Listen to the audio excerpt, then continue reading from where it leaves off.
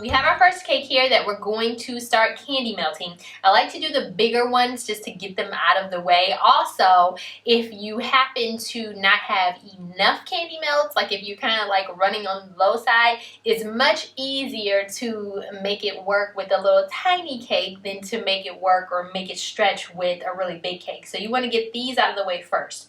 All right, so we're going to start with this one. Again, it's 8 layers. Strawberry and vanilla. There's no reason for that other than that this is just what I had on hand for cake, okay?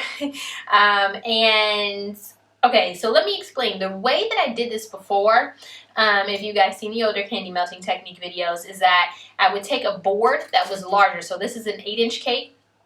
And I would take, like, say, a 10-inch board and measure the exact measurement and then cut it down, leaving a 1/4 inch to a 1/2 inch lip. That's a fine way to do it. You can continue to do it that way.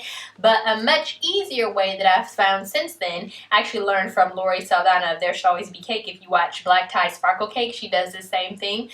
So Lori taught me how to just go ahead and trim your cake down, like much easier than trying to cut this board down. So once you get your cake on there, you just trim it down so that you leave yourself here. You can see a 1/4 inch to a 1/2 inch lip. You don't want to go much bigger than that because then you're just like packing in too many candy melts, which is a waste of time and a waste of candy melts, okay? So then you want to have some either wax paper or parchment paper. I have parchment paper here.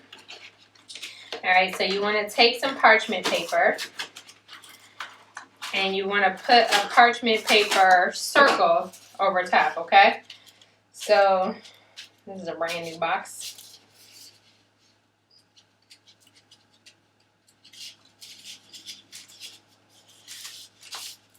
And the Jeopardy music is going to start playing any second. Sorry about that. I didn't realize it's going to be taped up all crazy like this. Maybe I could use my scissor. Okay, so for your parchment paper, you just want it to fit it right over top here, okay? So I'm going to cut myself a piece.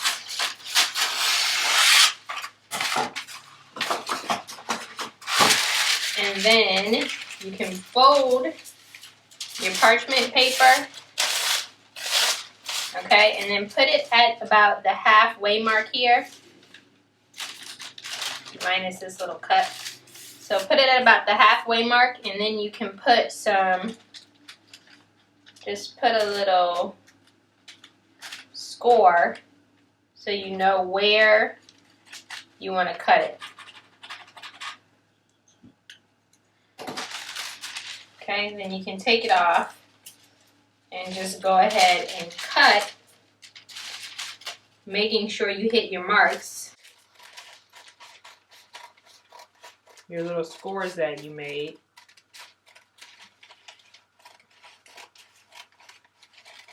And if you do hit your marks, you should have a pretty perfect circle to cover the cake. So let's see.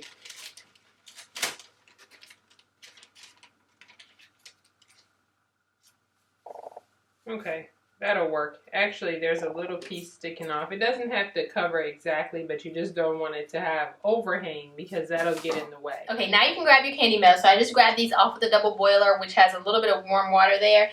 These are a little more of a liquidy consistency than I typically like, but you can work with these. It's just that if you have it a little more cool, there's like a fine balance because you don't want them to be too cool where they're like really rough to spread, but if you have them too liquidy, then it's just going to be a big mess and you're going to waste a lot of them. Okay, so I usually like it to be a little bit cooler than this, but I can work with this for now. All right, so what you want to do first is, so I have this scoop, and you want to just scoop some right on top.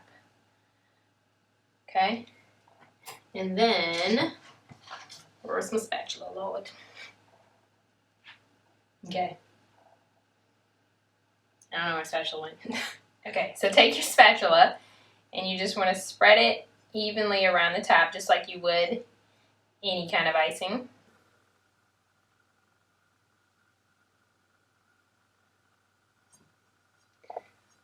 My cake is pretty room temperature. It has a nice, like, it's still a little bit frozen on the inside, which is good because you don't want it to be flapping all around, but you don't want it to be too cold either because your candy melts will set up too quickly.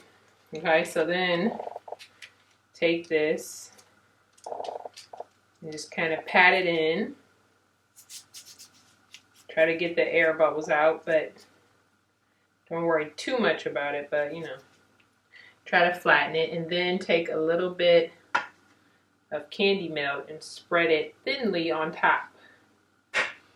Okay, and then you're going to take your top board and place it down, and then try to use your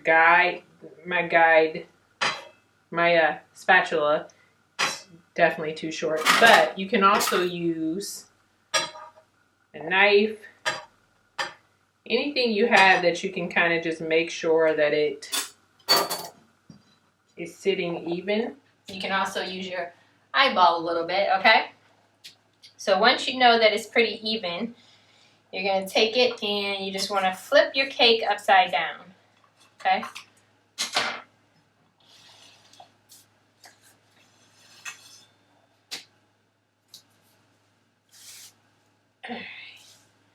Try not to let it shift too much when you flip it upside down. But just in case it does a little bit, just make sure that you recenter everything before you start doing your candy melts, okay? All right, that looks good. We're ready to ice it now.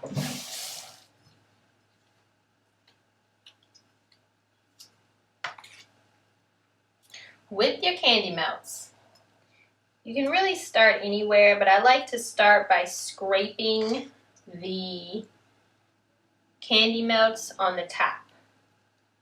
You see what I mean by it being kind of liquidy? It gets a little messy, but don't worry about it. So you just want to go all along the top and scrape. Okay.